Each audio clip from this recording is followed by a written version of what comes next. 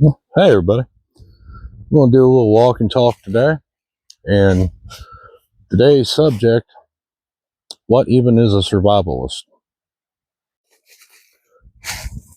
Question that popped in my head there last week, and it had somewhat obviously to do with the hurricane and just, I guess, the survival bushcraft scene in general, because it seems like a lot of these terminologies are somewhat interchangeable. So I kind of got my own, I guess, it hung up in a branch. And again, let me shorten this a little bit, guys. I got my own definitions, obviously. Wow, the wind's really getting with it. So, what is a survivalist? Well, by my definition, it's someone with a very broad set of skills that covers a very broad spectrum of anything that comes up that has to deal with you staying alive. So, one would almost wonder, is there a tier system? There could be. Let's say, like, if you're to the point where you can consider yourself a quote unquote survivalist, are you beginner, intermediate, expert, or are you master? So, with each of these categories, let's say we got bushcrafter, woodsman, survivalist, or you can go bushcraft, prepper, woodsman, survivalist, whatever. Now, a lot of those entail specific skill sets, like prepper especially. Now, I'm not saying that there's not preppers out there that don't fall in all the other categories. So that's where the tricky part comes in. So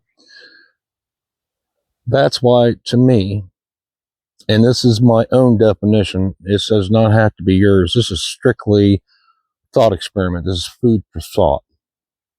And I'm going to say, for me, I'm going to put survivalists at the top of the pyramid, right?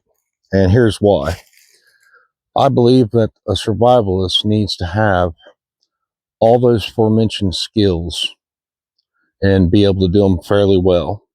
He may not be the absolute expert or master at any of them, but he's good at all of them. So now, if we're going to go strictly bushcraft, now there's another term that I'll agree. This is something I've definitely heard some other people talk about, and especially like Dave Canterbury. He considers himself a woodsman, and I agree with that, because bushcrafting is literally what the name implies. Whatever tools you're using, whether they're Stone Age, primitive, Iron Age, Bronze Age, modern, you're taking tools or you're making tools, and you are crafting things, shelters, you're making traps, whatever the case may be. And that's where the crafting part comes in. And those are incredibly useful skills to have. And those go hand in hand with survival. And they can also go hand in hand with all the other ones, right? So, but if you're only working on bushcraft and that's where your skill set begins and ends, then you may not be taken to full account of what you need to do in certain situations, dealing with your core body temperature, foraging food, trapping, hunting, fishing, gathering, all that. Like, I'll give like a basic general skill set with me, like with all those things, hunting, trapping, fishing, game processing, the proper preservation of all those foods, farming, animal husbandry, that, goats, cows, chickens, that's all animal husbandry, carpentry, mason work. I've got where I've lived in the country my whole life, mechanic. We do all that stuff ourselves, and you learn a huge swath of skills, and a lot of them you have to get pretty good at. So now you can add that to it. Now, as far as prepping goes, that was just a natural way of life for me growing up, especially on the farm, very little income. So you did your garden, you canned your food, you know how to properly do all that stuff to stay safe and healthy and not poison yourself. So now, with that being said, and with my wilderness survival ability, my bushcrafting, my woodsman skills, can I consider myself a survivalist? By my definition, yes. Now, where I grade on that, I don't know. Probably at best intermediate. I mean, like I said, I don't like saying that I'm an expert or master at anything. Yeah, but even if you've done something to earn those titles, it's vastly important you maintain to be learnable. Never get it in your head that you know it all, you've got it all. That's never a healthy thing. So I just want everybody to think in your head, what skill sets do you have and how good are you at them? Can you be considered a bushcrafter, a woodsman, a prepper, homesteader, survivalist? Give that some thought, because it may make you, when you take the time to think about this stuff, it could help you highlight some things that maybe that you need to improve. Like improvement on everything is how I look at it, though. Almost thought I stepped in a yellow jacket spot there. If that was one, I say a skunk got it a while back. All right, now back to the topic at hand. Now, as I'm walking through the woods, let me flop the camera around here for you. So all that I'm walking through, that's why you notice while you're watching me in the camera, I'm quickly glancing down. All these briars, all this mess. It's pretty typical.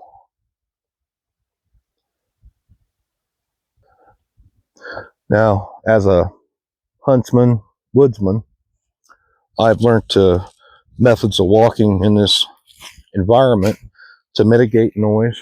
It's hard to do when you've got a dry leaf bed completely on the ground.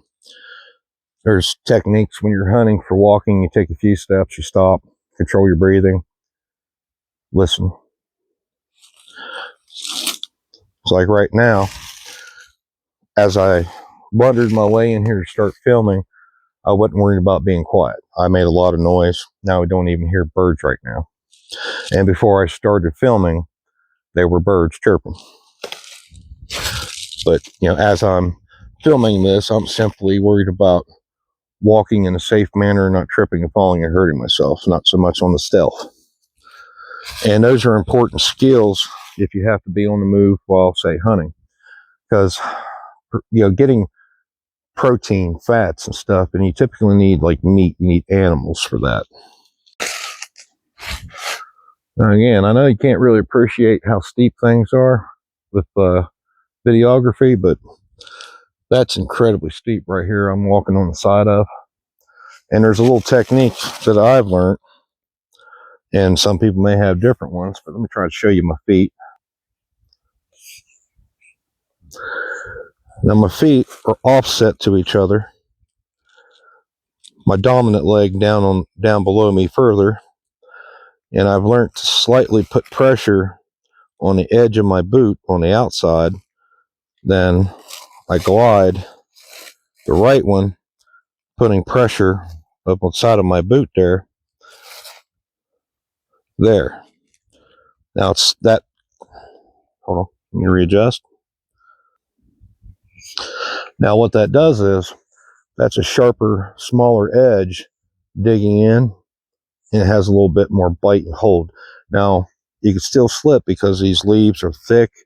We've just got a couple days worth of rain finally, so we got wetter leaves under these drier leaves, and you could very well still slide. So that's where having a walking stick kind of comes in handy. But it's a technique I started out really young to do, and that's probably why I ended up having such strong ankles. If you have weak ankles, this is going to be quite difficult to walk in this fashion. But out here in West Virginia, they don't call us hillbillies for nothing.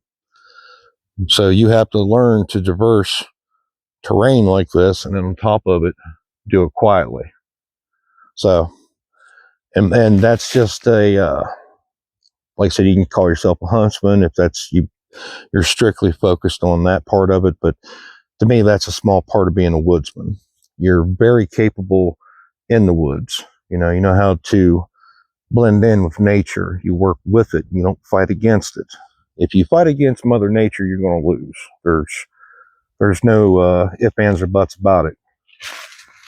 And like I said, not to be rude to anybody watching, everybody's entitled to their opinions, but if that's your mode of thinking, you're setting yourself up for failure. That's dangerous. Mother Nature does not care. It is what it is, and that's just it. So it's best to learn to work with nature, try to be as seamless as possible and adapt rapidly with it. Now, if you try to go in and force it, and you're going to do it your way with no exceptions, you might get lucky. But, if you're very well prepared to handle all these different situations that come at you, then that's no longer forcing it. You are actually trying to work with nature,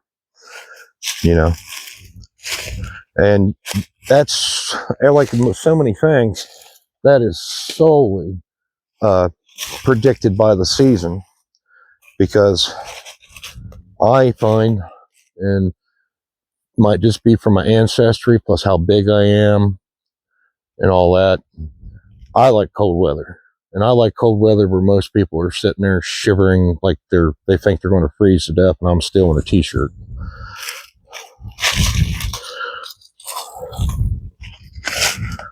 Here's another particularly dangerous spot on this extremely steep hill.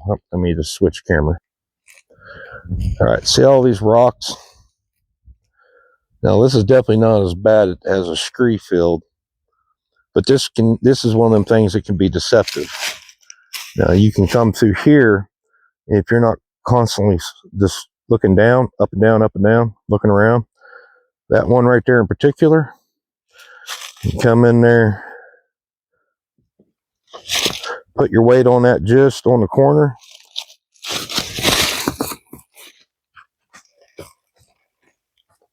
and instead of that rock, that could be you. Plus, you could twist your ankle. All right, so that's stuff to watch out for. Because if you don't watch how you walk through this right here, especially if you don't got like a walking stick to help aid your balance with all the loose leaves and the way the rocks are. And like I said, I know you can't tell on camera, but that is a long trip down a very steep hill, and the only thing you got to break your fall is smashing into the trees. There's smaller saplings, hopefully maybe you could grab on the way, but I wouldn't bank on that. Okay, so might have got slightly off topic, and since this is a walk and talk, kind of give a little more freedom with stuff. But I thought that was what I'm showing you is relevant to being a woodsman. So again, like back to that, there's categories and there's tiers, right? So got real steep right there, guys. So now it's like, are you humble enough to be honest with yourself? And it's hard to do because we got a lot of pride, and it's just the nature of man. We have a lot of false pride, and to admit that you're not the best at whatever it is you do or like to do is hard, and that's real dangerous. Being humble is sort of a survival skill in and of its own. It's once you humble about things, it opens up so many more doors for you to be able to learn. And like I said, that's another reason why I love the comment section, and I do my absolute best to answer every question I get, or just just answer back to the comment. Don't even have to be a question, because sometimes someone actually throws a suggestion in there, and I'm like, wow, that actually is a really good idea. So I encourage everybody to, even if you don't leave a comment, look down in the comments, because you might learn something. I can only pin one comment, and so sometimes I don't bother pinning comments because a lot of people have really good comments, and I can't only do one. But so I encourage y'all, look through the comment section, just in case. Like I said, some of the guys and ladies who have been watching my videos have left some outstanding comments and suggestions. And I've learned a few things. As I'm about 45 years old now, and as long as I've been doing this, practically since I was able to hobble around after I was born, I learn new stuff almost every other day, every day. And I like that. I really enjoy it. It's a wonderful thing. Now, I'll show you another hazard. Now, this one, I'm sure a lot of people know, but just in case someone don't, I wanted to bring this one up here. All right, now right before me here, simply just an old rotten down log, right? And we got a lot of debris built up around it on both sides. Now, if you had to walk over this thing, you're thinking, no big deal, I've been walking, half a day, all day. But what you don't understand is, I don't see any indications of one nor one, which is great. Out here where I'm at, we have a pit viper called a copperhead. And some of them, their color pattern, that thing could be literally sitting right there on the top of that leaf. And if it doesn't budge a single inch, it's practically invisible. So you're going to come through here, la-di-da-di-da, step right on that copperhead. And he could be on the back side of the log where you can't even see him. So you step through here. Now we're going to, and as I'm talking, let's not be dumb myself, look around with that stick. That's why I had a walking stick to be better. All right, nothing.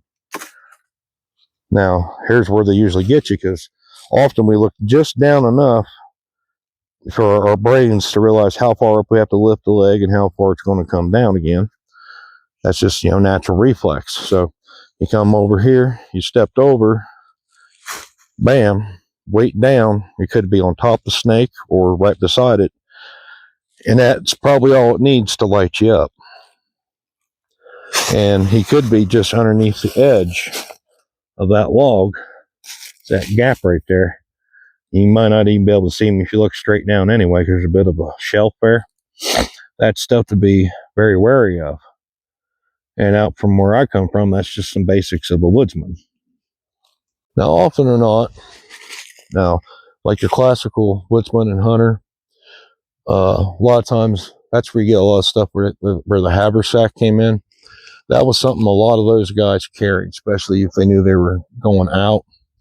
And most of them had some good basic stuff on their, what they didn't call it EDC back then, but everybody, it was an EDC, regardless of whatever terminology they had for it or didn't have. Like I said, most of them always, when I was growing up, there was absolutely no question about a pocket knife and a means to make fire. And typically it was just a lighter, or often it was like a Zippo lighter or a Bic, and some cordage, usually only a hank of some kind of cord in the back pocket. And, as time goes on, depending on the places are different. A lot of so many people that carried belt knife with all that. And it could be as much for protection from predatory animals as it is just for the tool being useful in of itself. Now, everybody's conditions are different. Like I said, where you live. Now, if you were to ask me, as far as my survivalist skills goes, what's my weak point? I got two very specifically that I can point out.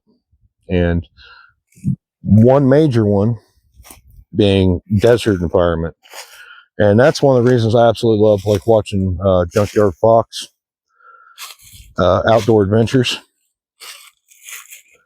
Got a log situation, guys. Hold on, I'm doing the double checking. We're actually going to kick this log.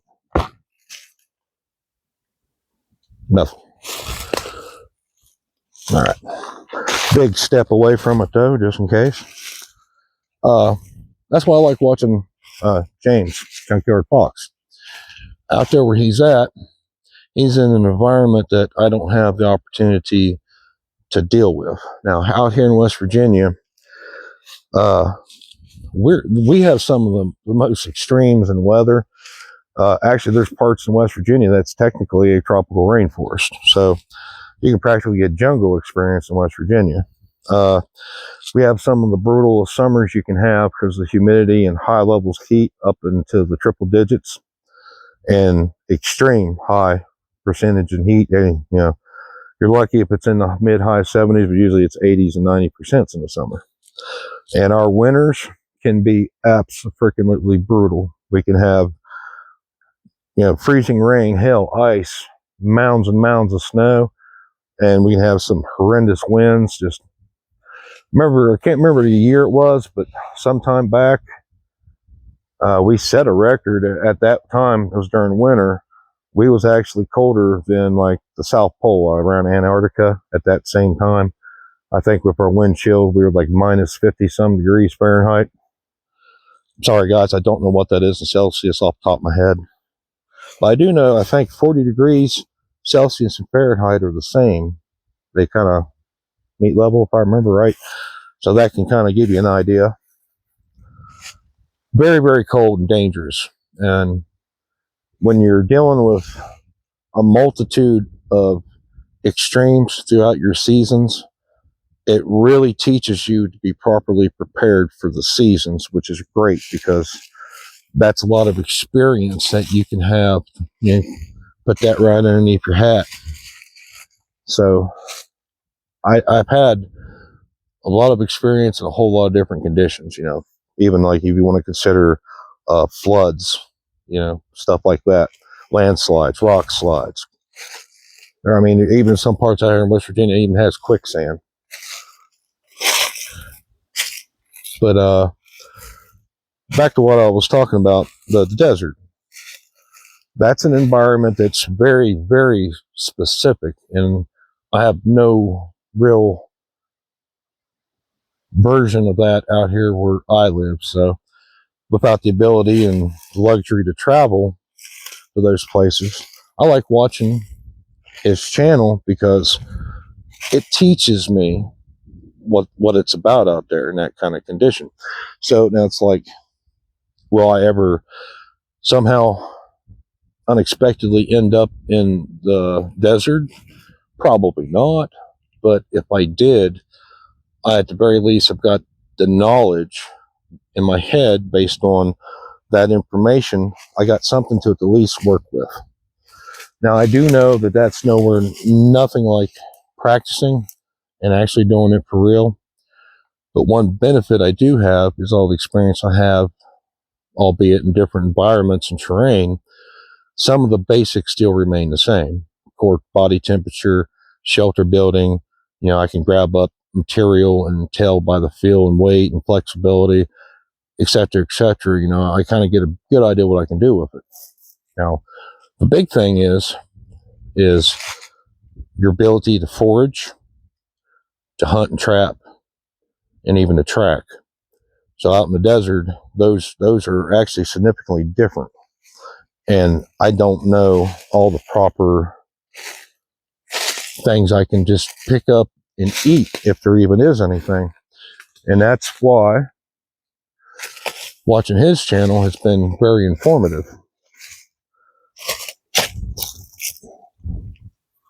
That's been there a while. 12 gauge. Winchester. All right, now with that being said, my other weakness, and that's where I've been for the largest percentage of my life out into a highly rural, more secluded, heavily forested areas, like a big city. Your more urban kind of survival stuff. Now, like I said, there's a lot of stuff that does bleed over, and there's obviously common sense, but there is a huge difference in someone who's lived like that their whole life. They know the ins and outs, they know the feel, and that's almost impossible to truly explain to you unless you have that experience of stuff. When you're, like, say you're in New York City and you're walking down a crowded street, something's about to happen. Often or not, our senses are a lot more acute than we give credit for. And I've been in a lot of situations where a large group of people, right before some guys got into a fight, no one knew that it was about to happen. And right before the fight happened, it's like everything went dead silent. Almost even everybody kind of stopped moving. Now, it's things like that. Now, that's a more hyper kind of thing versus what I'm talking about. There's more subtleties. It's, I even give it an analogy of a flavor. Like out here where I'm at now, someone who's lived their whole life, like in New York, and the main part of New York, just concrete jungle. They're very comfortable with that place. They walk down the streets with a lot of confidence. They know it, they feel it, they know the smell, the taste, the sounds. Now, there's a chance. And I'm not just generally labeling that, because there's some people are completely different, but I say there's a pretty fair chance that a lot of them, if they were to come out here right now, where I'm at now, by themselves, and traipse through this forest like I am, they might be quite afraid. They'd be panicked. It's like, well, I don't know what to do. They don't know what the dangers are. They don't know how to deal with the terrain. I'm thirsty. I didn't bring water. Can I drink out of this puddle or this creek? Will I die? And that's a big difference. And that's not, like I said, that's not a knock, because as inexperienced as they are in this environment, so I am in theirs. And, that's just being humble and honest with me and you. So what do we do to compensate? Well, the first thing we need to master is remaining calm, taking a moment, catch your breath, get your heart rate under control. Then we think, just use common sense, because there's a lot of things that bleed over. So now the second you start to panic and run around like the chicken with its head cut off is often when disaster strikes. So it's real important not to panic in any kind of given situation you are in, because you can make it far worse. But, well, no, that's getting into techniques and stuff, which is so vast, I don't have time to do it in just this video. But I just, it's like it's the open honesty about where do I rank, where do I rate, and do I have people in my life who are honest enough to say, hey, man, you kind of need to work on this or that. And that's great. Don't think those people are a-holes, because even if they told you something like that out of anger, look at it. There could be some validity to it. And in my life, I've had that happen to me so many times, I can't even tell you how many. And sometimes it's hard. You got to swallow your pride, step away for a while, do some real thinking, and look at yourself. And none of us are perfect. You drink. Get dry mouth, guys. I'm not used to talking. I want to start getting practice before I do these walk and talk vids here. Oh, that helped. Pretty, the weather's cooled down a lot, and we got high wind and stuff, and that right there is a good factor for dehydration. You won't even notice it's happening when the humidity gets low, and that includes heat and cold weather, by the way. You got low humidity, a good stiff constant breeze, it will suck the moisture right out of your body. And sometimes you won't even know it's happening. And next thing you know, you're heat stroked out or, bad business. All right. I dare say this is going to be a pretty long video here. So let me figure out how to close it out. Okay, guys. So I posed a question. So I've kind of given you a little bit of insight on my kind of thoughts about it. So now I ask you, what do you think is a survivalist? And if you are anybody that practices any of these skills, or just, in general, woodsman, bushcrafter, prepper, what have you, which do you consider yourself? Why do you consider yourself that? And where do you believe your skill level is? And I pose that question to you strictly because I do want you to think about it. I want you to dig real deep. Don't just immediately fly to the keyboard. If you are going to indeed answer the question, give it a little bit of time. Hell, 10, 20 minutes. Think about it. And pose the question to yourself. And I'd really like to see in the comments, guys. And like I said, I enjoy interacting with you guys a lot.